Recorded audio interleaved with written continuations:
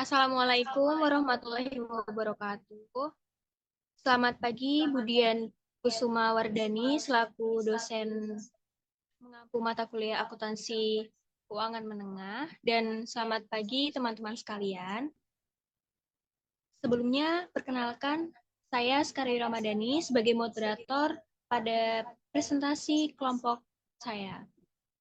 Tidak sendiri, berikut adalah rekan-rekan saya. Yang pertama ada Nabila Aini Dwita Putri dengan NIM belakang 044, kemudian ada Salsabila Azhara dengan NIM belakang 077. Dan terakhir ada Salsabila Oktialifa dengan NIM belakang 175.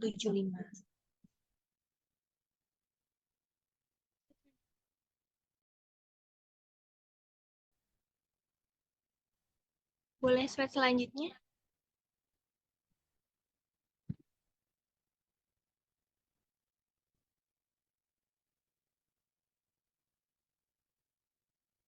Oke, pada pada presentasi kali ini kelompok kita akan membahas tentang aset tak berwujud, di mana poin-poin pembahasannya diantaranya ada isu aset tak berwujud, jenis aset tak berwujud, penurunan nilai aset tak berwujud, biaya R&D, dan penyajian aset tak berwujud dan pos terkait.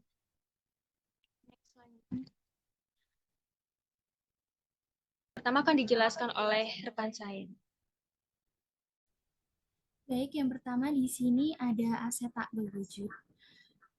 Apa sih aset tak berwujud itu? Aset tak berwujud itu adalah hak, keistimewaan, dan keunggulan kompetitif yang dihasilkan dari kepemilikan aset berumur panjang yang tidak memiliki substansi fisik. Agar diakui sebagai aset tak berwujud, aset harus memenuhi kondisi keteridentifikasian, pengendalian, dan adanya kemanfaatan ekonomis di masa depan.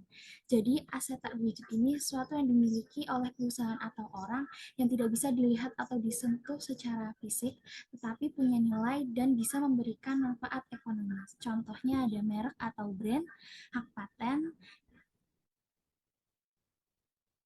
Bisa slide selanjutnya, Kak. Selanjutnya ada karakteristik dari aset tak berwujud. Yang pertama, dapat diidentifikasi. Jadi, walaupun tidak berwujud, aset ini itu bisa diidentifikasi. Selanjutnya, yang kedua, tidak memiliki eksistensi fisik. Jadi, aset tersebut tidak bisa dilihat, disentuh, atau dirasakan secara langsung karena tidak berbentuk benda nyata. Selanjutnya, yang ketiga, bukan aset moneter. Maksudnya ini aset tak berwujud ini bukan berupa uang atau klaim atas uang. Jadi aset tak berwujud ini diklasifikasikan dalam aset tidak lancar. Boleh next slide. Selanjutnya ada penilaian dari aset tak berwujud. Yang pertama, penilaian dari aset tak berwujud yang dibeli. Yang pertama ada dicatat pada biaya perolehan. Maksudnya ini, ketika perusahaan membeli suatu aset tak berwujud, maka nilainya dilaporkan di laporan keuangan ini dicatat sesuai dengan jumlah yang benar-benar dibayar untuk mendapatkannya, bukan berdasarkan nilai pasarnya. Yang kedua, mencangkup pada semua biaya yang perlu untuk membuat aset tersebut digunakan. Maksudnya ini, biaya perolehan aset tak berwujud ini tidak hanya harga beli saja, tetapi juga semua biaya tambahan yang dibutuhkan agar aset itu bisa dipakai untuk menghasilkan manfaat. Yang ketiga, biaya perolehan umum termasuk yang pertama ada harga pembelian, yang kedua biaya hukum, seperti biaya untuk pengurusan legalitas, yang ketiga ada biaya insidental lainnya, seperti biaya instalasi untuk software. Bisa di next slide, Kak. Selanjutnya untuk penilaian aset tak berwujud yang dibuat sendiri. Maksudnya ini perusahaan ini mengeluarkan biaya sendiri untuk menciptakan aset yang punya nilai ekonomi. Yang pertama, di sini ada perusahaan membebankan semua biaya tahap penelitian dan beberapa biaya di tahap pengembangan. Selanjutnya, biaya pengembangan tertentu dikapitalisasi, begitu kriteria kelayakan ekonomi terpenuhi. Yang ketiga, IFRS mengidentifikasi beberapa kriteria tertentu yang harus dipenuhi sebelum biaya pengembangan ini dapat dikapitalisasi. Contohnya di sini di sebuah proyek pengeluaran yang dikeluarkan di tahap penelitian ini dibebankan, sedangkan pengeluaran biaya yang ada di tahap pengembangan ini dapat dikapitalisasi jika sesuai dengan kriteria kelayakan ekonomi. Bisa di next slide, Kak.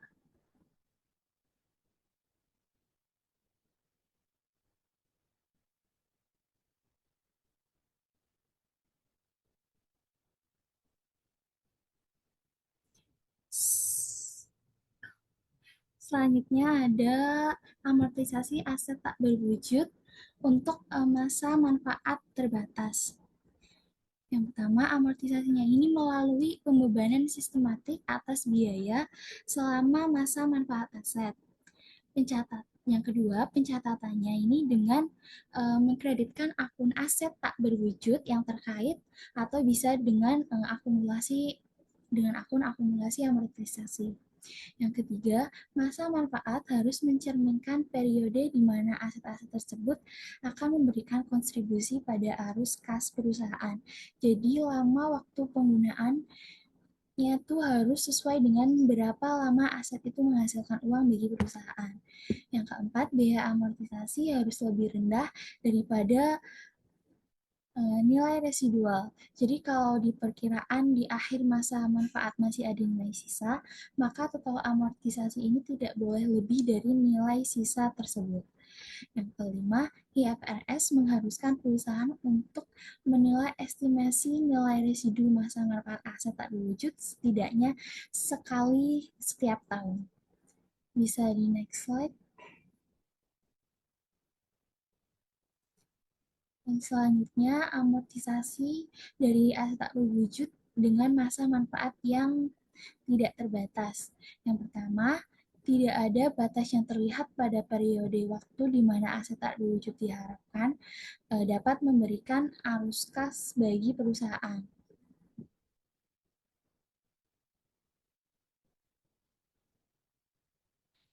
Yang kedua, tidak dilakukan amortisasi. Yang ketiga, perusahaan juga harus menguji penurunan nilai atas aset tak berwujud yang masa manfaatnya tidak terbatas tersebut setidaknya setiap tahunnya. Kalau nilainya menurun, harus dicatat sebagai kerugian.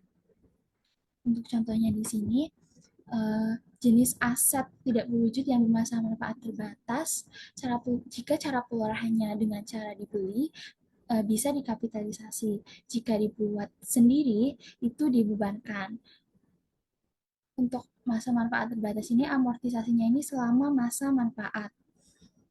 Untuk ujian penurunan nilainya, bandingkan jumlah terpulih dengan nilai yang tercatat.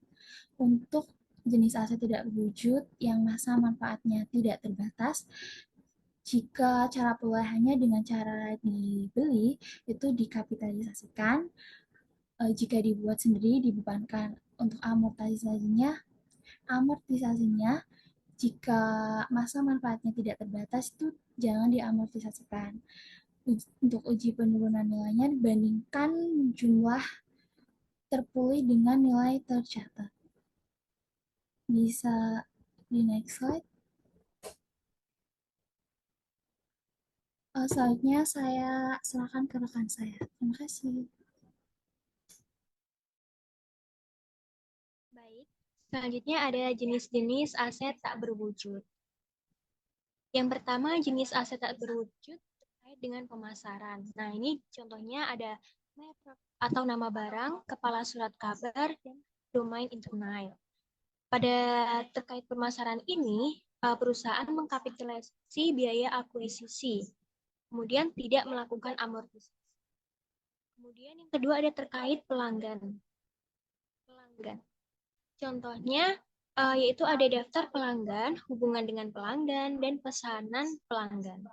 Perusahaan tidak mengkapitalisasi biaya akuisisi atau tidak mengakui, dan mengamortisasi biaya selama masa manfaat.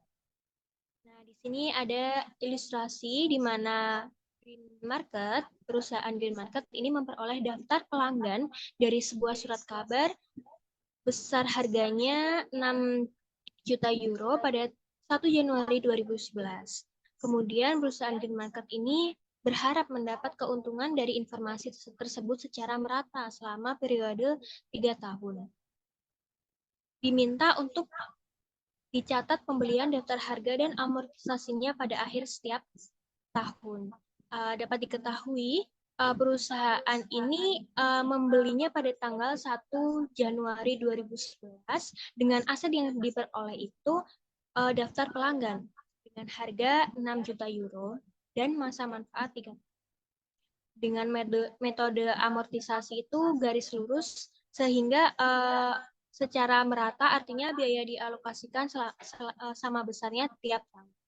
Jadi pencatatannya jurnal yang pertama yaitu pencatat aset kas, di mana daftar pelanggan ditaruh di bagian debit sebesar 6 juta, kemudian kas sebagai pengurang sebesar 6 juta di sebelah kiri.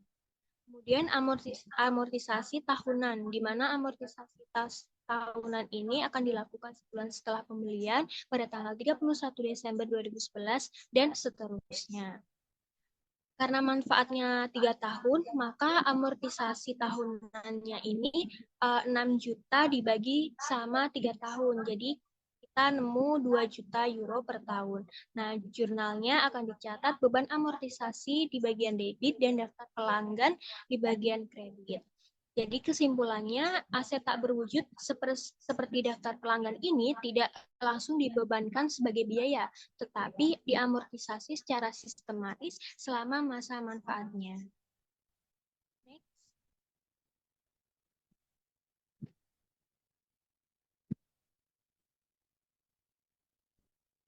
Kemudian yang ketiga, jenis aset tak berwujud terkait artistik, di mana ada contohnya, yaitu ada hak kepemilikan atas drama, karya sastra, karya musik, gambar, dan sebagainya. Nah, hak cipta ini diberikan selama umur kreator atau pencipta ditambah 70. Dimaksudkan itu hak cipta sebagai aset tak terwujud ini memiliki masa perlindungan hukum tertentu. Nah, di mana di sini hak cipta ini berlaku selama masa hidup pencipta ditambah 70 tahun setelah pencipta meninggal dunia. Kemudian pencipta dapat mengakui biaya memperoleh dan mempertahankan hak ciptanya. Kemudian penciptanya juga bisa mengamortisasi biaya selama masa manfaat. Kemudian yang keempat ada jenis aset tak berwujud terkait kontrak. Salah satu contohnya ada perjanjian warabala dan lisensi, kemudian izin konstruksi, hak siaran, dan kontrak jasa atau pasokan. Di sini dijelaskan bahwa warabala atau lisensi dengan masa manfaat terbatas harus mengamortisasi biaya sepanjang umur warabala. Kemudian warabala dengan masa manfaat yang tidak terbatas harus dicatat pada biaya perolehannya dan tidak boleh diamortisasi. Kemudian yang kelima ada terkait teknologi. Yaitu teknologi yang dipatenkan dan rahasia dengan dagang yang diberikan oleh badan pemerintahan. Hak paten ini memberikan pemegang paten hak eksklusif untuk menggunakan produk atau proses selama periode 20 tahun.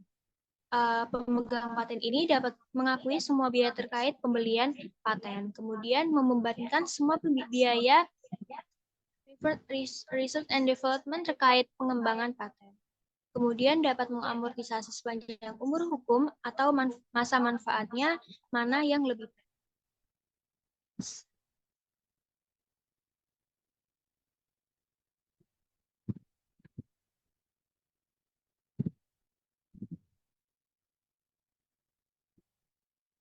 Nah, di sini dari jenis aset terkait dengan teknologi ada salah satu ilustrasi atau contoh.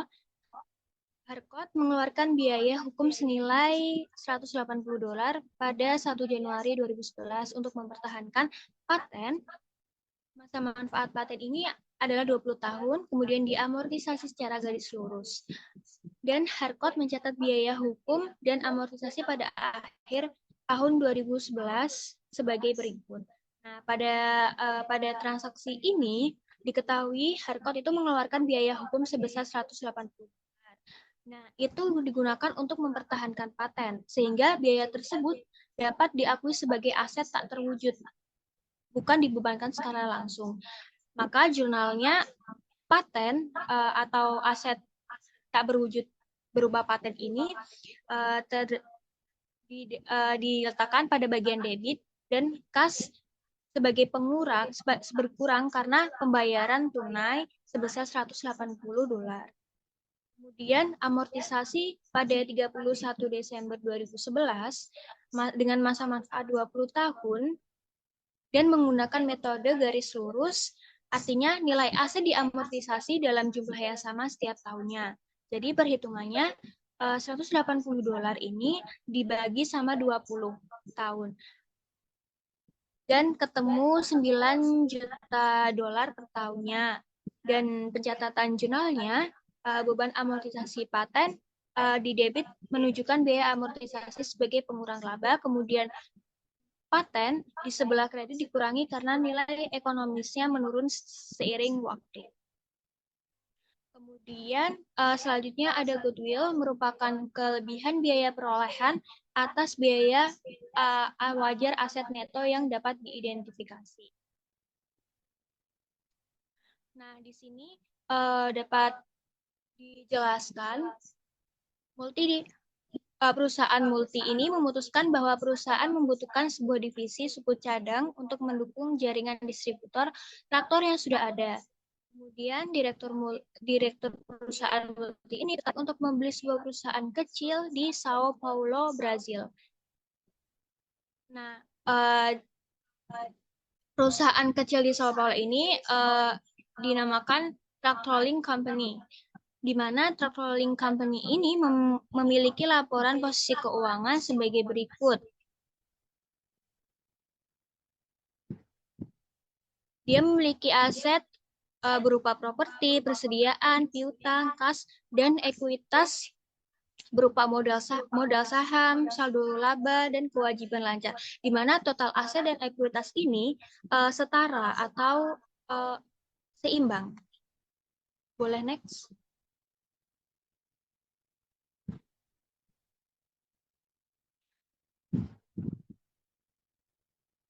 Kemudian perusahaan multi ini menginvestigasi aset yang mendasari nilai truck tolling untuk menentukan nilai wajarnya. Truck tolling company memutuskan untuk menerima tawaran dari perusahaan multi senilai $400. Nah, jadi nilai wajar aset bersihnya itu senilai $350. Kemudian perusahaan multi itu memberikan nilai harga beli sebesar $400. Nah, ini ditanya nilai goodwill dalam transaksi tersebut apakah ada?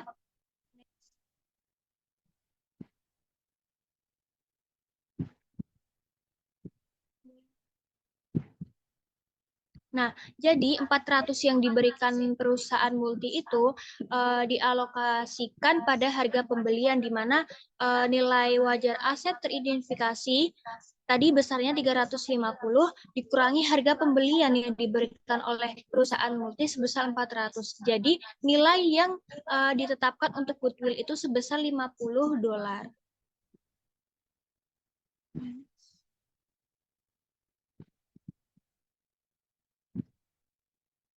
Diketahui nilai goodwill kan kita nemu $50. Kemudian perusahaan multi ini mencatat transaksi pada jurnal. Pada bagian debit ada aset tetap sebesar $205.000. Kemudian paten sebesar $18, persediaan sebesar $122, kemudian piutang sebesar $35, kas sebesar $25, dan goodwill sebesar $50. Kemudian pada sisi kreditnya ada liabilitas ini sebesar $55 dan kas sebesar $400. Kemudian ada penghapusan goodwill, di mana goodwill ini timbul saat perusahaan membeli perusahaan lain dengan harga lebih tinggi dari nilai wajar aset bersihnya.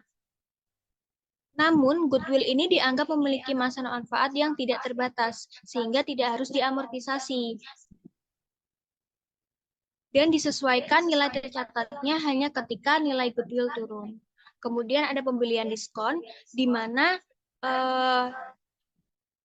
kejadian ini terjadi kalau harga beli lebih kecil dari nilai wajar aset bersih. Artinya, pembeli mendapatkan diskon karena membeli dengan harga yang lebih murah. Untuk pembahasan selanjutnya akan saya serahkan kepada rekan saya.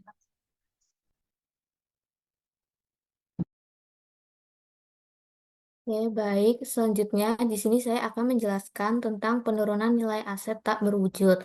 Sebelum itu, saya akan menjelaskan sedikit apa sih penurunan nilai. Nah, penurunan nilai itu terjadi saat nilai tercatat aset tetap lebih tinggi dari manfaat ekonomis yang didapat, baik dari penggunaan maupun penjualannya.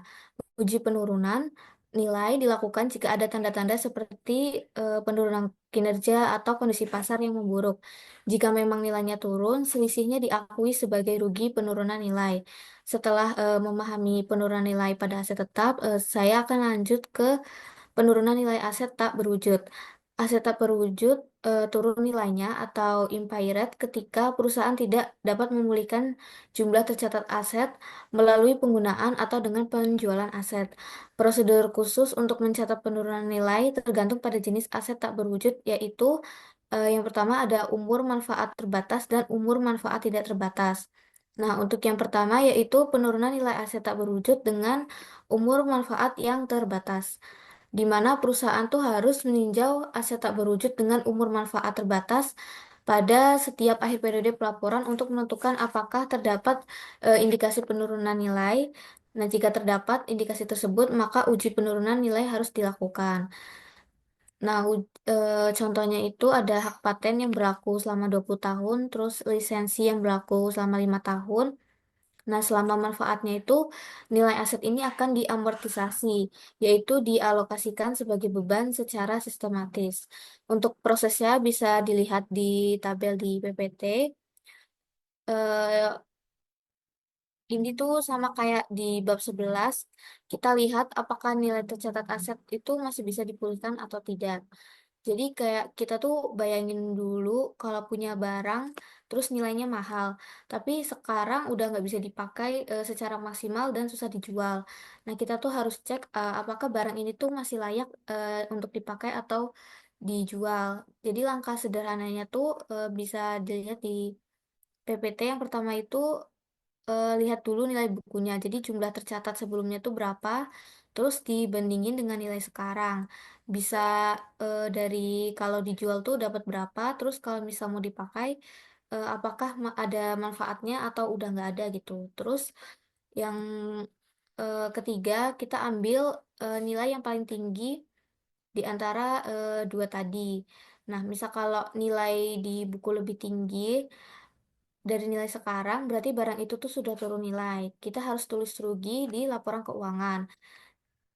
Jadi gampangnya tuh kita cek barang ini masih ada gunanya atau enggak. Kalau udah nggak ada dan nggak sebanding sama nilainya dulu, jadi kita harus turunkan nilainya biar laporan keuangan itu jujur. Nah, agar lebih eh, lebih paham lagi, saya ada contoh kasus, bisa di next.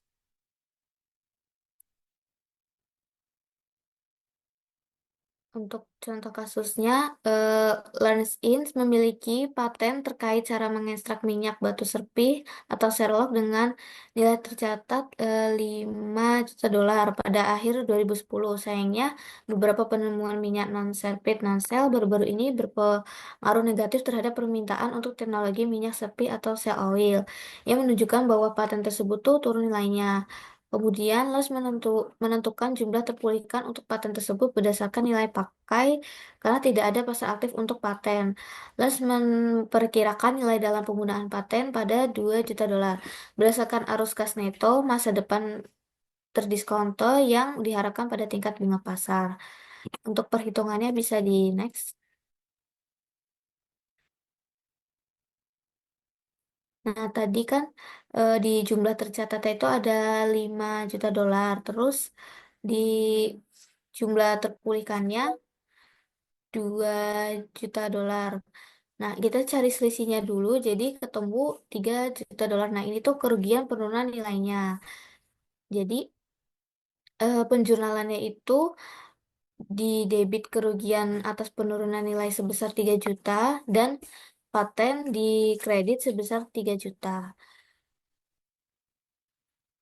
Selanjutnya, next.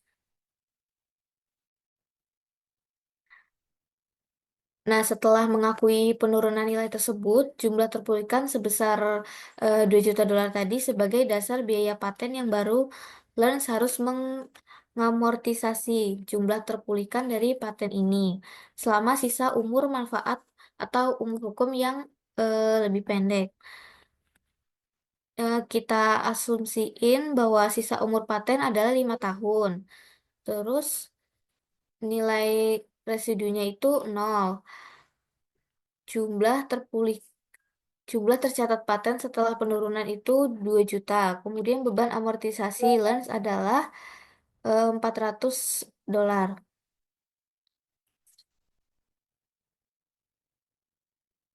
Nah, bisa dilihat di tabel kalau beban amortisasi dan jumlah tercatat terkait setelah penurunan nilai tersebut di tahun 2011 beban amortisasinya itu sama semua ya 400 dolar.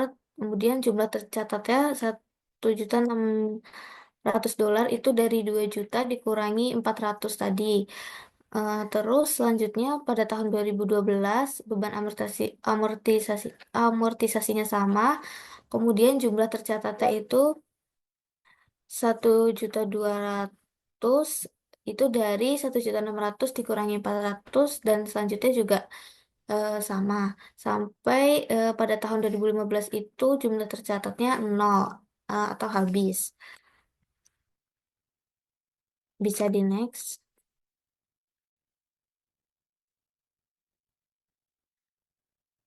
Hmm. Misalnya terjadi telaah pada tahun depan menunjukkan bahwa aset tak berwujud tuh tidak lagi menunjukkan bahwa tidak turun lagi nilainya. Karena jumlah terpulihkan lebih tinggi dari jumlah tercatat, maka rugi penilaian penurunan dapat dibatalkan yaitu dengan pembalikan rugi penurunan nilai. Eh, Pembalikan rugi penurunan nilai adalah ketika nilai suatu aset yang sebelumnya telah mengalami penurunan nilai meningkat kembali karena perubahan kondisi atau estimasi. Nah, dalam hal ini tuh nilai tercatat aset dapat dinaikkan, namun tidak boleh melebihi jumlah tercatat yang seharusnya jika tidak pernah mengalami penurunan sebelumnya. Untuk contoh kasusnya itu masih sama kayak soal sebelumnya tadi. Pada awal tahun 2012, berdasarkan kondisi yang membaik di pasaran, teknologi minyak serpih itu terpulihkan dari paten menjadi 1.750.000. Nah, dalam hal ini, Lens membalikkan sebagian rugi penurunan nilai tersebut dengan jurnal paten sebesar 150.000 dan di debit dan pemulihan rugi penurunan nilai sebesar 150.000 di kredit. Nah, pemulihan rugi penurunan nilai dilaporkan dalam bagian pendapatan dan beban-beban lain dari laporan laba rugi. Nah, jumlah tercatat paten sekarang adalah 1.750.000. Nah, ini tuh dari tadi yang awal tadi 1.600.000 dikurangi eh,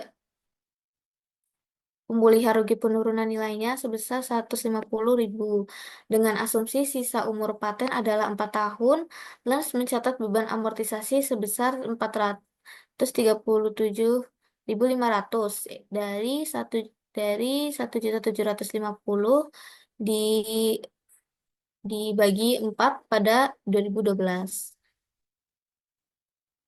Selanjutnya, penurunan nilai aset tak berwujud yang masa manfaatnya tidak terbatas selain goodwill. Nah, penurunan nilai aset tak berwujud ini harus dilakukan uji untuk penurunan nilai setidaknya setiap tahun. Uji penurunan nilai sama dengan untuk aset tak berwujud yang masa manfaatnya terbatas, yaitu membandingkan jumlah terpulihkan dari aset tak berwujud dengan nilai tercatat aset. Jika jumlah terpulihkan lebih kecil dari nilai tercatat, maka perusahaan mengakui penurunan nilai. Next.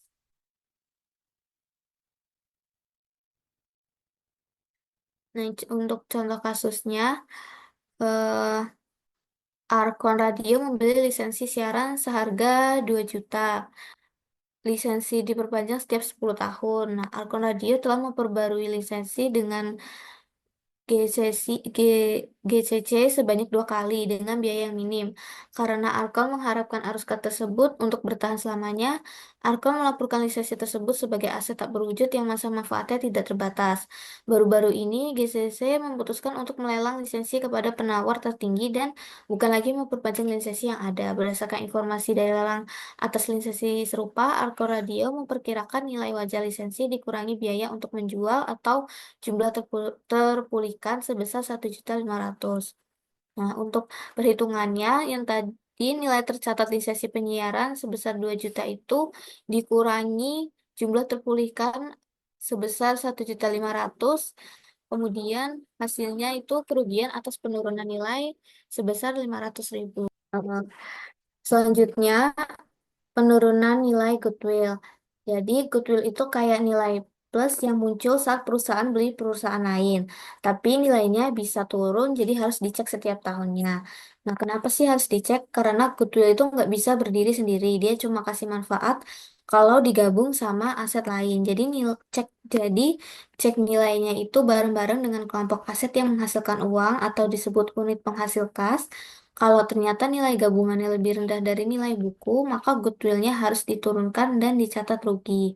Ketika perusahaan mencatat goodwill dalam kombinasi bisnis, perusahaan harus menetapkan goodwill pada unit penghasil kas yang diharapkan dapat menerima manfaat dari sinergi dan manfaat yang lain yang timbul dari kombinasi bisnis tersebut. Untuk mengilustrasikannya, eh, bisa dilihat di PPT untuk contoh soalnya.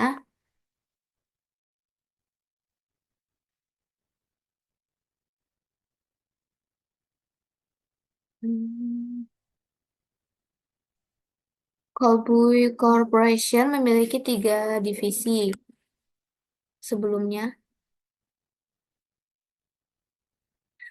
perusahaan membeli satu divisi Bread Products 4 tahun lalu sebesar 2 juta. Sayangnya, Bread mengalami kerugian operasi selama 3 kuartal terakhir. Manajemen Colbui sekarang meninjau divisi tersebut untuk tujuan pengujian penurunan nilai tahunan. Aset neto divisi Bread termasuk goodwill terkait sebesar 900 dolar yang berasal dari pembelian. Untuk properti, pabrik, dan peralatan atau net itu sebesar 800 dolar. Kemudian goodwillnya 900, persediaannya 700.000, piutangnya 300, dan kasnya 200. Kemudian akun dan wesel bayar itu eh, sebesar 500.000. Nah, aset bersirah itu totalnya 2.400.000.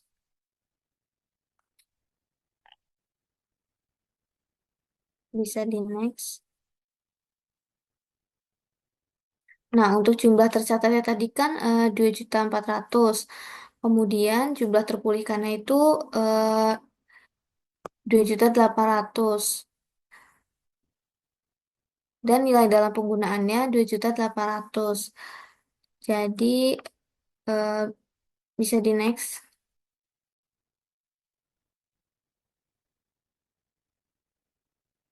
Nah, tadi kan jumlah tercatatnya 2.400.000. Kemudian jumlah terpulihkannya itu kita asumsiin 1.900.000. Jadi selisihnya itu 500 ribu. Nah, ini tuh kerugian penurunan nilai. Jadi jika jumlah terpulihkan untuk divisi plus kurang dari jumlah tercatat aset neto, maka Kolbu harus mencatat penurunan nilai. Jadi kayak kita asumsiin aja kalau jumlah terpulihkan untuk divisi plus adalah 1.900.000 ini. Dan bukan yang tadi yang 2.800.000 tadi. Nah, ini tuh dikurangi terus ketemu selisihnya itu $500. Nah, ini tuh kerugian penurunan nilainya. Kemudian nilai dalam penggunaannya 1.900.000. Nah, untuk penjurnalannya di debit kerugian atas penurunan nilai sebesar 500.000 dan di kredit goodwill sebesar 500.000.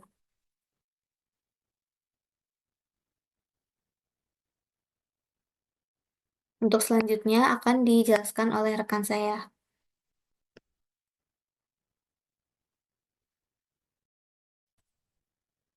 Baik, yang selanjutnya mengenai biaya penelitian dan pengembangan atau R&D cost. Jadi biaya yang dikeluarkan perusahaan untuk melakukan penelitian ilmiah yang dapat menghasilkan penemuan baru, pengembangan produk, perbaikan proses. Dalam akuntansi, biaya penelitian umumnya diakui sebagai beban pada terjadinya, sementara biaya pengembangan dapat memenuhi kriteria pengakuan sebagai aset jika memenuhi persyaratan tertentu. Jika biaya pengembangan memenuhi kriteria sebagai aset, biaya tersebut diakui sebagai aset tak berwujud dan diamortisasi selama masa manfaat.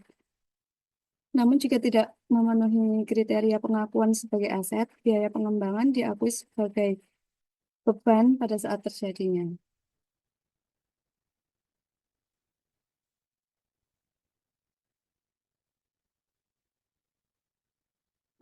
Yang selanjutnya identifikasi R&D, kegiatan penelitian yaitu investigasi asli dari dan terencana dilakukan dengan prospek untuk mendapatkan ilmu pengetahuan baru atau teknis pengetahuan dan pemahaman.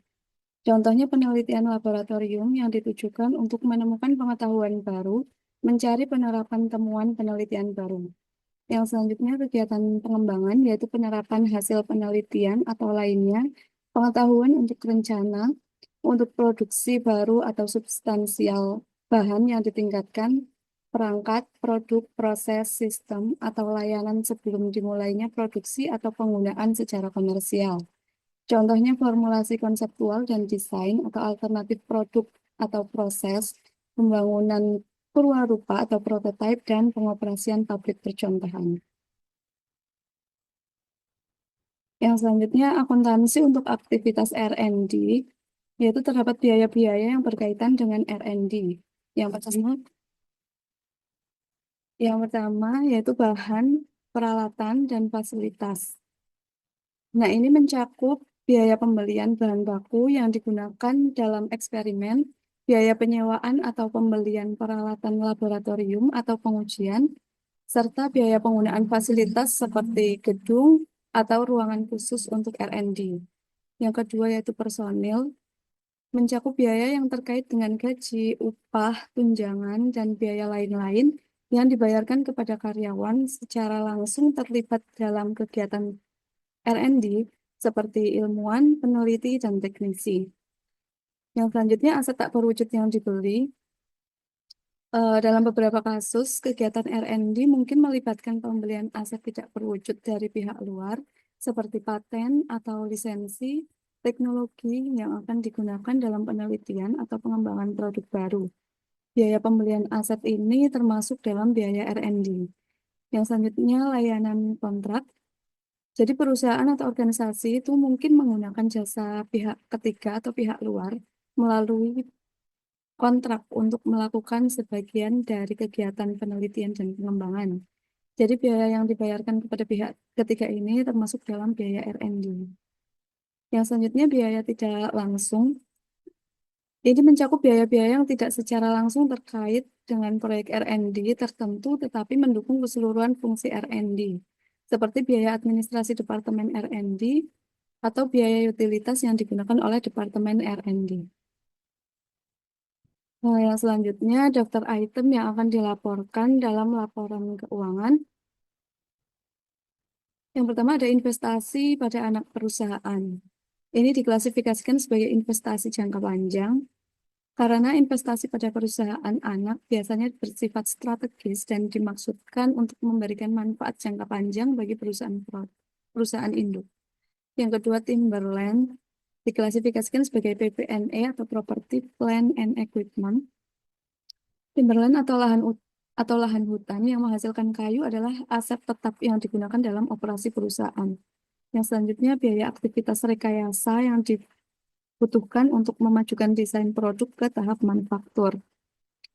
Ini diklasifikasikan sebagai biaya R&D. Yang selanjutnya, sewa pembayaran di muka. Ini diklasifikasikan sebagai prabayar menyewa.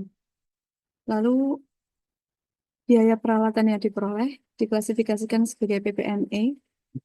Peralatan yang dibeli untuk digunakan dalam operasional perusahaan adalah aset tetap. Yang selanjutnya, biaya pencarian pengajuan temuan penelitian baru diklasifikasikan sebagai biaya R&D.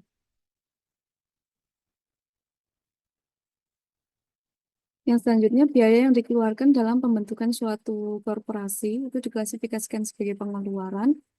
Lalu, kerugian operasi yang terjadi saat memulai bisnis diklasifikasikan sebagai pengoperasian atau kerugian. Biaya pelatihan yang dikeluarkan saat memulai operasi baru diklasifikasikan sebagai pengeluaran.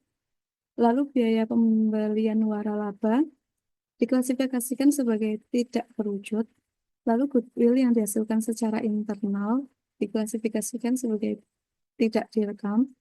Lalu biaya pengujian dalam pencarian alternatif produk diklasifikasikan sebagai biaya R&D. Goodwill yang diperoleh dalam pembelian sebuah bisnis diklasifikasikan sebagai tidak berwujud. Biaya pengembangan paten diklasifikasikan sebagai pengeluaran R&D. Lalu biaya pembelian paten dari seorang penemu diklasifikasikan sebagai tidak berwujud. Biaya hukum yang dikeluarkan dalam mempertahankan paten diklasifikasikan sebagai tidak berwujud. Lalu biaya gugatan hukum untuk melindungi hak paten diklasifikasikan sebagai tidak berwujud. Biaya formulasi konseptual alternatif produk diklasifikasikan sebagai pengeluaran. Biaya pembelian hak cipta diklasifikasikan sebagai tidak berwujud. Biaya pengembangan yang dikeluarkan setelah mencapai kelayakan ekonomi diklasifikasikan sebagai tidak berwujud. Piutang jangka panjang diklasifikasikan sebagai investasi jangka panjang. Biaya pengembangan merek dagang diklasifikasikan sebagai pengeluaran. Biaya pembelian merek dagang diklasifikasikan sebagai tidak berwujud. Lalu yang selanjutnya yaitu biaya lain yang mirip dengan biaya R&D. Yang pertama ada biaya awal untuk operasi baru. Ini adalah biaya-biaya yang dikeluarkan perusahaan ketika baru memulai operasi. Contohnya termasuk biaya pembentukan badan hukum, biaya survei pasar awal, biaya promosi awal untuk memperkenalkan bisnis, biaya pelatihan karyawan awal, dan biaya sewa atau utilitas sebelum operasi berjalan lancar.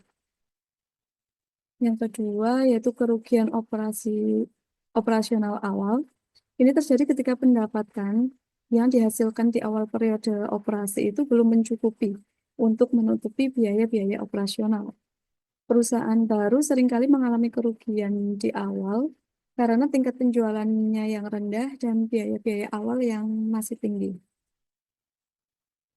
Lalu yang ketiga, biaya periklanan. Ini adalah biaya-biaya yang dikeluarkan untuk mempromosikan produk atau layanan perusahaan kepada konsumen. Tujuannya adalah untuk meningkatkan penjualan dan pangsa pasar.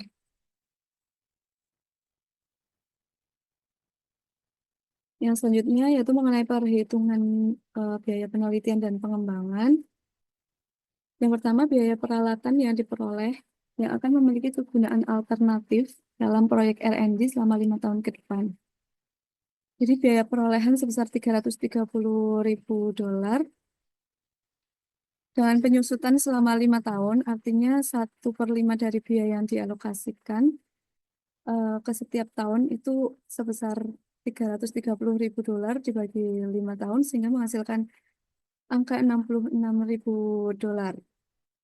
Lalu bahan yang digunakan dalam proyek R&D ini merupakan biaya R&D keseluruhan karena bahan-bahan tersebut langsung digunakan dalam kegiatan penelitian dan pengembangan.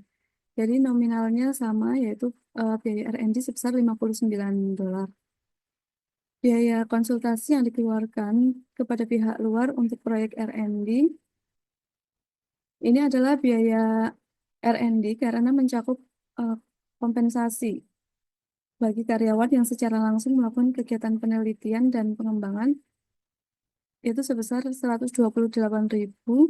Lalu biaya tidak langsung yang dialokasikan untuk proyek R&D ini juga termasuk dalam biaya R&D karena merupakan biaya-biaya pendukung yang dapat diatribusikan kepada kegiatan penelitian dan pengembangan sebesar 50.000. Lalu bahan yang dibeli untuk proyek R&D di masa depan ini biaya perolehan paten yang akan digunakan dalam proyek R&D di masa mendatang umumnya dikapitalisasi sebagai aset tidak berwujud, bukan langsung dibebankan sebagai biaya R&D. Namun jika paten ini secara spesifik dan hanya digunakan untuk satu proyek R&D saat ini dan tidak memiliki manfaat masa depan di luar proyek tersebut, mungkin dapat dipertimbangkan sebagai biaya R&D.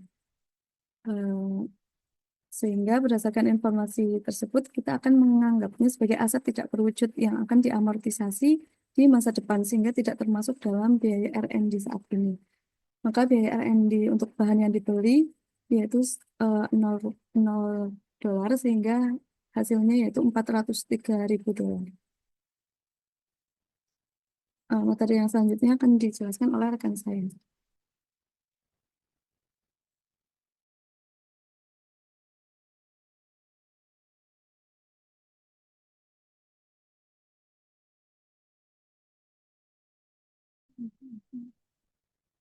Selanjutnya ada penyajian tak berwujud. Yang pertama di laporan posisi keuangan. Yang pertama, aset tak berwujud ditampilkan sebagai item yang terpisah tidak dicampur dengan aset lain, seperti gedung atau mesin. Jadi di neraca nanti akan ada baris khusus yang disebut aset tak berwujud. Yang kedua, pelaporannya mirip dengan pelaporan aset tetap. Jadi dicatat dengan nilai perolehan dikurangi akumulasi amortisasi. Akun kontra yang ditampilkan untuk aset tak berwujud. Artinya di neraca tidak ditambahkan secara terpisah seperti akun akumulasi amortisasi, jadi hanya nilai bersih atau setelah dikurangi dengan amortisasi yang ditampilkan langsung. Yang keempat, perusahaan harus melaporkan secara terpisah semua aset tak berwujud selain goodwill. Jadi goodwill disajikan sendiri, tidak digabung dengan aset tak berwujud lainnya. Bisa next slide.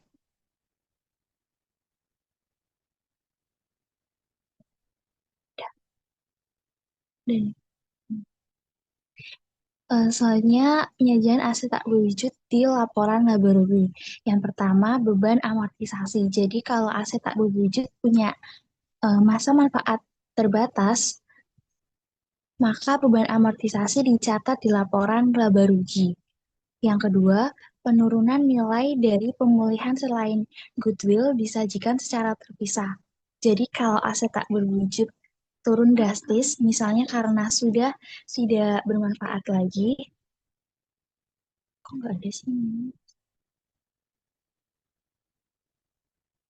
Maka kerugian dicatat. Kalau kembali atau kalau pulih kembali juga bisa dicatat. Penurunan nilai ini biasanya ditampilkan di bagian beban operasional. Catatan keuangan ini juga harus mencakup biaya amortisasi untuk setiap jenis aset. Terima kasih, saya kembalikan ke moderator.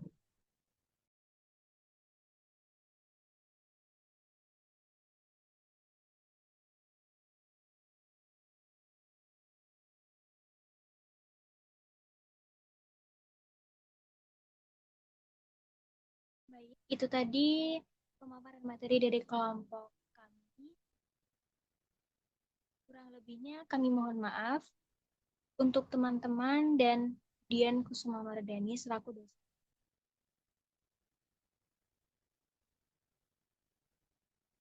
Selanjutnya, kami ucapkan juga terima kasih banyak kepada teman-teman dan